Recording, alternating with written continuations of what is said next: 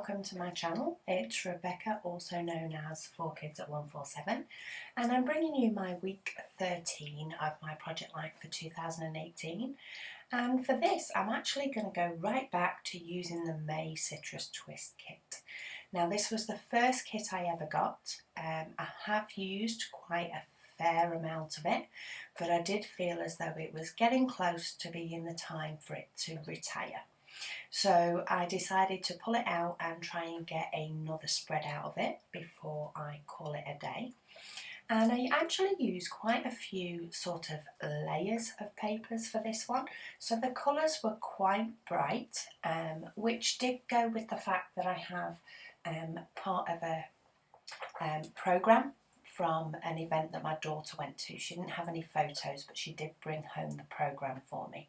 So that sort of makes up that bottom card. So there's quite a few bright colours in there. I thought I could echo some of them, but I didn't want them too bright and too stark. So I don't have many of the die cuts left, but I did have the word C, but I did want to sort of add in something else to make it make a little bit more sense. So I did bring out my Tim Holtz tiny little word stickers, and on the bottom card I've popped "See great things take time," because that picture of me and my mum is actually a cross stitch that I've just finished, so it seemed quite apt to put in there about the amount of time that takes.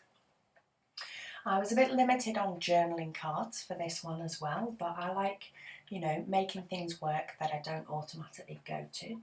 So for my journaling this week, I've just quite simply written haircuts all round, and that Lewis's hair looked really good, a bit shorter.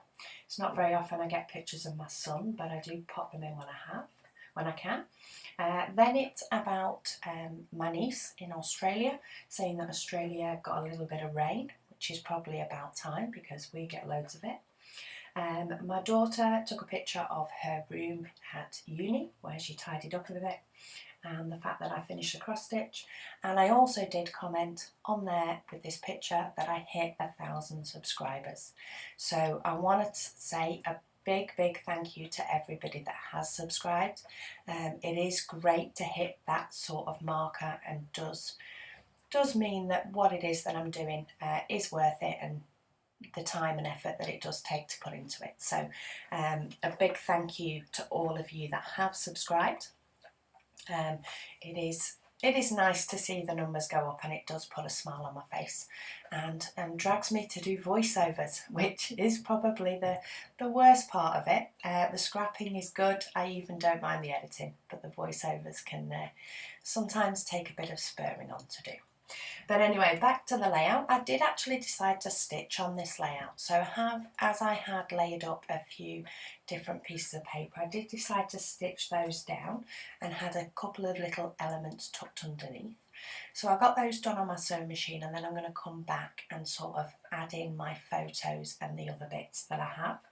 And this really is just using sort of the last of the die cutty bits that I do have around from this kit. I did struggle with where to put this Tim Holtz word sticker, and I will end up moving it away from that grouping.